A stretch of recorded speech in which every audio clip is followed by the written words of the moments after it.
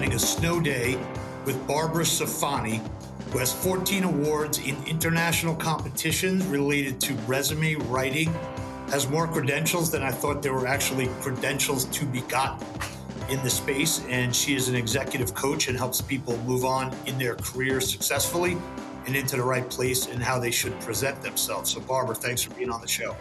Thanks for having me, Pete. So to start off, what changed or what happened that you dedicated your life to helping others in their career paths? Yeah, so I used to sort of be on the other side of the house. I used to be in human resources and I did recruiting of candidates. And later on, I found myself in my own search and having to sort of recreate my career history, go out there and pitch myself. And I really learned what it was like to be on the other side of the table. And I really wanted to take the skills that I had acquired as a recruiter and bring them to candidates who were competing for jobs and help them present their best face in terms of the collateral they were presenting to an employer, as well as the narrative they were creating in order to get in front of them and land their next job. Got it. So all the resume writing that you've assisted people on. Talk about when someone's changing careers or moving into a different industry, how you kind of reframe the narrative of a resume. That do you look for analogies? Do you look for specifics on the company that they're targeting, and kind of customized to each one? Yeah, well, what I try to look for is the transferability of the skills. So sometimes people actually they think they're making a career change. It is really more like a pivot where a lot of the functional skills that they have can be used in the next industry they're going to. So for example, somebody who's in a technology role, maybe they've been in one industry and they're switching to another industry, but the functional capabilities are similar. Or even somebody who's maybe been on the marketing side of a business and is now moving into sales. We look at the transferability, the intersection of the skills, and what we're trying to do is focus on accomplishments within those roles that will have relevancy to a future employer. Got it. So my dad has probably got one of the cleanest resumes I've ever seen. I think he worked for two companies back in the day. What are some of the things that are red flags to you? Whether it's somebody who's been in the job for 2 years sequentially, and this is their fifth job opportunity. How do they kind of explain some of the volatility or movement of different companies? How do you help them with that circumstance? Sure. I think people's perspective is a bit different. Very few people are getting the gold watch anymore and staying at one company for 30 years. And transitions from one job to another, it's actually very relative to the person who's looking at your resume. So somebody who is in a demographic in their 40s, their 50s, a 5 year employment stint sounds short. Somebody's in their 30s, that sounds like a long time. So I think that there is a lot more grace that's given to somebody who has made a few have had short term employment. However, with that being said, there are a lot of reasons for that. And sometimes it's actually because it was a consulting gig and that's not noted in the resume. It should be. Sometimes it's a downsizing. It's okay to note that on the resume very briefly that the position ended because of a downsizing, because the person who is reviewing the resume is drawing their own conclusions, whether it's fair or not. And you want to get to that point where you actually get to have a conversation with them. So wherever you can document the reason for a change, or maybe you moved and that was the reason for the change, document it so that you're telling a cleaner story and you're eliminating potential bias.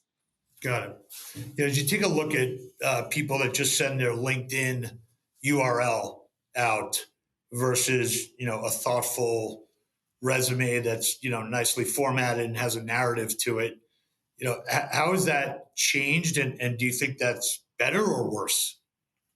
Well, I think LinkedIn is a really important tool and everybody should be taking advantage of it. And if this point, if you're not on LinkedIn, people wonder if you've been living underneath a rock. So they Right. really do complement each other. But LinkedIn is a little bit limiting. First of all, it's limited in terms of the characters, the amount that you can put on it.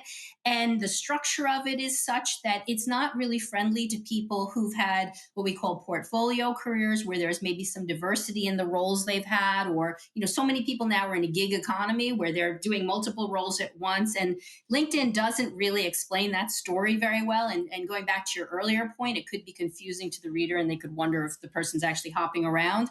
So I always encourage people to have both, because the reality is, even if they ask for your LinkedIn profile or you can apply via your LinkedIn profile, most of the time they still ask you for a resume. And the resume, the other point about it is that in a LinkedIn profile, it needs to be kind of scrubbed and sanitized a bit. Whereas in a resume, you can be more specific. Something you would share in a resume, you wouldn't necessarily want to share to millions of viewers on LinkedIn.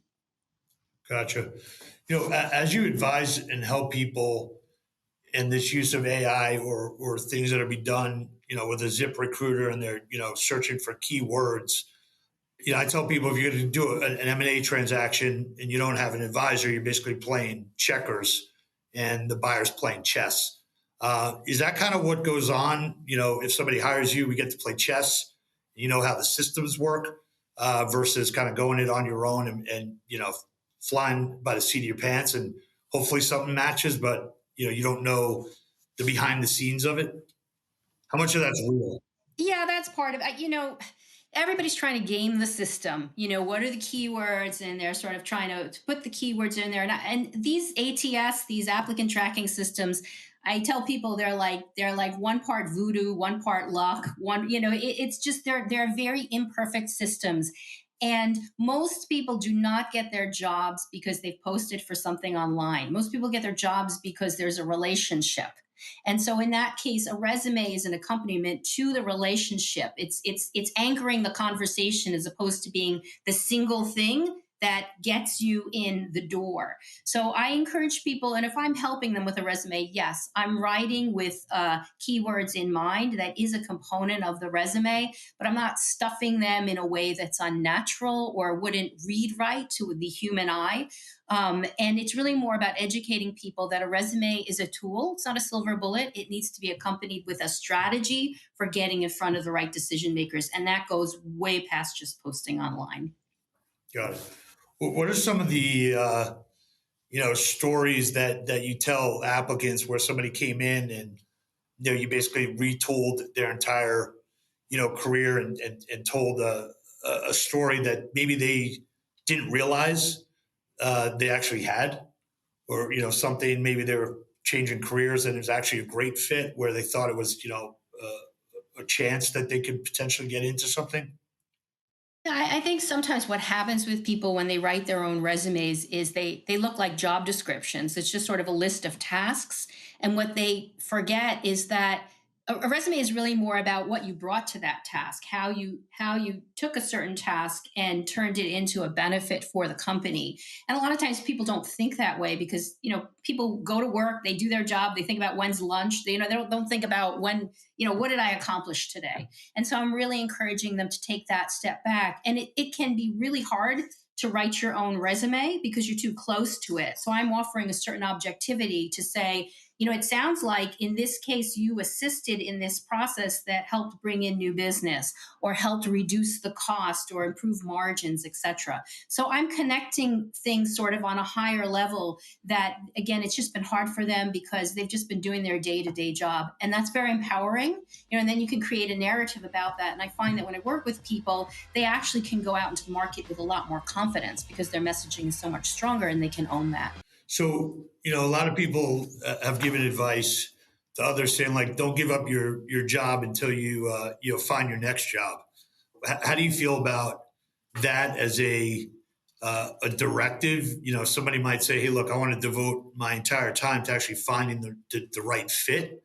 And I can't really moonlight doing that. At the same time, if you're not employed, somebody might, question, a gap in a resume or, why you left your current job before you got a new one. How do you, think about that? And is that something that people need to be concerned about? It seems somewhat of like a myth, maybe not a fact. Well, a few things. First of all, you always need to be able to account for any transition in your chronology. It's a very typical question to ask, why did you go from job A to job B? And again, you have to assume the person who's looking at your resume, they sometimes have. Uh, they make assumptions that are not always fair. You know, if even if you were if you left a job, they're trying to figure out, did you leave on your own? Was it a downsizing? Was it political? Was it a relationship issue? You have to be able to account for that. So that's number one. The second thing is, if you are in a job search and you're working a full-time job, then your job search becomes part-time, right? You can't dedicate all of your time to the job search, which could mean that you would spend more time in search because of that. However, for many people, that's not realistic. They need cash flow, or they need the stimulation of the job or whatever. There are other people who maybe have the luxury of taking that time and dedicating it to their search. The length of time you spend in a search also kind of depends at your professional level. Somebody who's at an executive level, uh, employers don't necessarily see a red flag if they've been out of the market for 6 months or more. Somebody who's at a more junior position, they might wonder a little bit more about what they've been doing with that time. So the bottom line is, the most important thing is that you need to be able to account for the time that you're in search in case you're asked about it. But whether you are in search and working or just in search, that's a personal decision. Some people, there could be a little bit of a bias, particularly from a headhunter, because they want to headhunt somebody away that's already at a job that they've taken away, as opposed to somebody who's on the open market. But I don't think that should be the determining factor for somebody. People who get into a new career search, after 60 or 90 days, they get frustrated. They might get, depressed. They might think, hey, nobody wants me. So what do you tell people, under over, if we use the, like a sports term, how long does it take to get a job if you're 50 years old and you're changing a career, versus 24 years old and looking for a lower or middle entry level position. Well, regardless of age, if you're actually changing careers, you're making a big pivot, typically your search is going to be longer. So that's not so much age related. Where it can be age related is, yes, as you sort of go up the corporate ladder, so to speak, typically there's fewer jobs, right, at the level that you're looking at. And at an executive level, it's not unusual to spend 6 months to a year in a search, with 9 months being the sweet spot where things really start gelling. If you're somebody who's more entry level in your career, it's a typical trajectory might be more like 3 to 6 months, but there's no norm. I have people who land right away. I have people who take longer, and a lot of it also depends on the strength of the person's network when they start and how they're able to activate that. One thing that's happened in the fitness industry over the last 15 years is,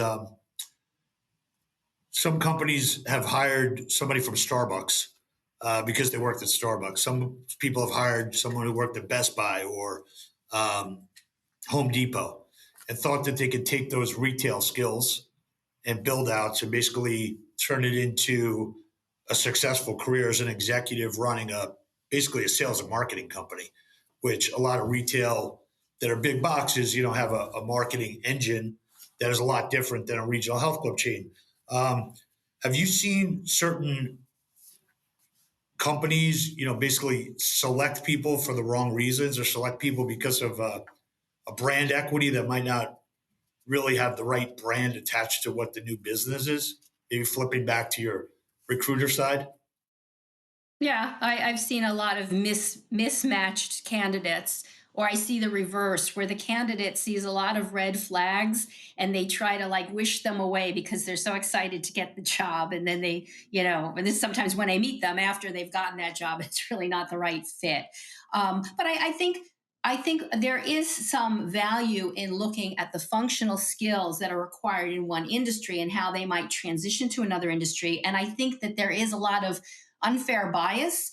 When there's an industry, you'll often see on a job posting, must have experience in this industry, whereas the person has a certain functional area of expertise, whether it's operations, it's marketing, it's sales, that actually is transferable. So I would probably say it's more often the other case, that the company is resistant to taking the person from outside the industry because they're fearful of bringing in someone from the outside. Got it. Got it. What's a typical, Dave, you got a question? Yeah, I mean, speaking personally for people listening to this, I've used Barbara services over a decade ago and can't speak highly enough. And you just addressed it, and I think there's a lot of concern about transferable skills, especially in the fitness. Okay, they might want to go into management, but there's concerns, especially in people that I know personally. Oh, I'm a personal trainer and that's all I could do, but I want to get into working at a hotel, or I want to get into management, but I don't have a business background. And all I have in quotes is multiple certifications as a personal trainer. And God, what am I going to do now? You kind of addressed it, but I think that's really important to talk a little bit more about. So the interesting thing, okay, somebody who's a personal trainer, right? They'll often get into it. They have a passion for fitness, and they become a personal trainer. But the reality is, if you're at a big box gym, you're a salesperson. You are right. You're trying to bring new clientele into the gym and promote personal training packages, etc. And I don't know if personal trainers always kind of see that connection. So just right there, I mean, your sales, there's marketing, it's a customer facing job. There's a customer experience component to it. There's a lot of there, and if you're a personal trainer who maybe is doing their out on their own, you're probably promoting yourself. You're using social media. There's a huge marketing push. You're using technology potentially to, maybe you're training people virtually, etc. So yes, there's sort of that technical aspect of being a personal trainer and the certifications and the knowledge of that. But there are so many other factors that perhaps the personal trainers are overlooking. And if they're creating marketing collateral to support that, that's very easy to be able to be able to show, like, how you filled your classes, or you were the highest performer in sales for the month, or sort of your creativity, maybe creating a new class or something like that. There's so many ways to play it that go past just being a trainer. Question for you related to certifications that people get, or I'll give you an example. My nephew is a junior in high school, and a couple of people in my family are concerned he's not going to get into a school that is noteworthy, let's just say. So there's classes that are available, like Columbia Business School might have like a 2 week crash course for $2,000 to be the business of sports. Just to kind of have that as something that was extracurricular and that showed initiative to learn more about the field that he wants to go into. How do you view certain things like that? Because it's really not, a full degree. It's not a full, semester. It might be 5 or 6 classes, and obviously it's a big revenue generator for, schools like Harvard or Stanford that have the, quote unquote executive education departments that are, helping people build their resume. Is that brand equity? Is that something you recommend? Is that something that should happen more naturally? Or do you tell people, hey, you got to beef this up, based on, some companies like to hire only from these schools. So go get a 2 or 4 week class, from this to kind of check off that box. What are your thoughts on that? I think it depends on the skills. So, for example, let's use technology as a skill. Somebody might not have a 4-year degree in IT, but if they've gone to coding school, or if they've taken a coding class, they have a very specific skill set. Or somebody who takes a class in game design or motion design, or something, something like that. That's transferable immediately. With something like business, I think that it's valuable, it's helpful. I think there will always be companies that will sort of be like, we want people from these Ivy League schools, and that's it. But I would say that's definitely changing. I would say the whole concept of the 4-year degree is changing. I have a lot of clients who come to me and they're always like, I never got my degree, and they're so distraught about that. And the reality is, the degree really, it has relevance when you first get it and you're competing against other people who just got their degree. But the further you get away from that degree, the less relevance there is, and the more it's about, what have you done for me lately? what have you done? So even, in your relative's case, having experience, getting experience that is then transferable to the next job is going to be more important than that initial degree as he goes through his career. Yeah, yeah, that's great. That's great advice.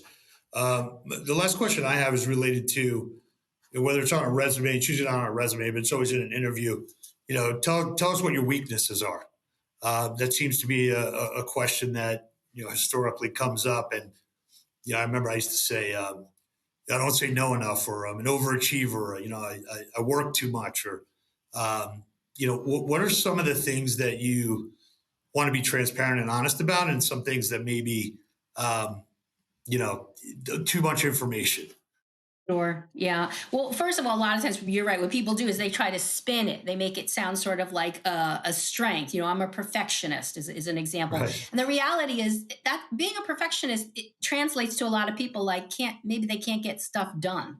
That is a weakness that you wouldn't necessarily want to expose. Yeah. And so what you want to do is you want to say something that's authentic, but not something that's going to be damaging to your candidacy, right? So you're not going to pull out something that, an example where you cost the company money or clients or things like that. You want to maybe pick something that's truly a weakness, but maybe it's not super relevant to the role that you're going for. And particularly if there's a pivot that you're making, you can choose something that's sort of part of your original skill set that won't be part of the new skill set. So I think that the most important thing is to prepare before for each interview. Think about what that weakness might be and how you're gonna say it authentically, and also to understand a lot of times when they ask that question, they actually know the answer. Like if you're pivoting to industries and somebody asks you what is your weakness, you might say by saying, I know I don't have direct experience in this industry. However, what I do have are these skills, ABC, which are transferable. So you're just addressing it head on. Got it. Got it. That's great. Look, there's a lot of opportunity in our Halo sector. There's a lot of private equity that's coming in, and they usually upgrade their C-level teams once they make an investment. So we'll encourage everyone to reach out to you for help in landing the next best job, as well as making sure they've got a career path and a narrative down. So appreciate your advice, and I think people need to take hold of their resume and their LinkedIn, more aggressively, and also, not be shy to tell people, what they've done at their last couple opportunities that they've nailed versus, just relying on what's on the page. So, any other advice or any quotes that you live by? Well, my favorite quote is "Change is inevitable, except from a vending machine." Good. I think that's really true, in today's world and the world of work, etc. I think the other, I would just leave people with the fact that, if somebody does decide that they do want to work with someone professionally, it can be a little bit daunting. It's not a super regulated industry. I would encourage people to do their homework. There are multiple certifications that resume writers go through in order to really hone their writing skills. If you're working with somebody, or if you inquire to somebody, ask them if you'll be working with them or someone on their team, because you might like that person or develop a rapport, but then you're kind of handed off to somebody else. So make sure that it's somebody that you feel comfortable with, that you feel that they've got appropriate credentials, just like the fitness industry. Certainly, you need to be certified to be a trainer, and then there's all different types of credentials, and that's an expectation in that industry. I would make the same analogy in this industry and look for those qualifications, because I think they do make a difference. Well, look, appreciate what you've done and what you're doing. It really helps people, and it builds a lot of confidence when they get jobs, and that's something that helps the mental health of this country, clearly. And everybody needs a role model, and everybody needs a coach. So thanks for coming on. I appreciate your helping Dave over the years. And hopefully we can send more people your way to get to the next level. Thanks so much. Awesome.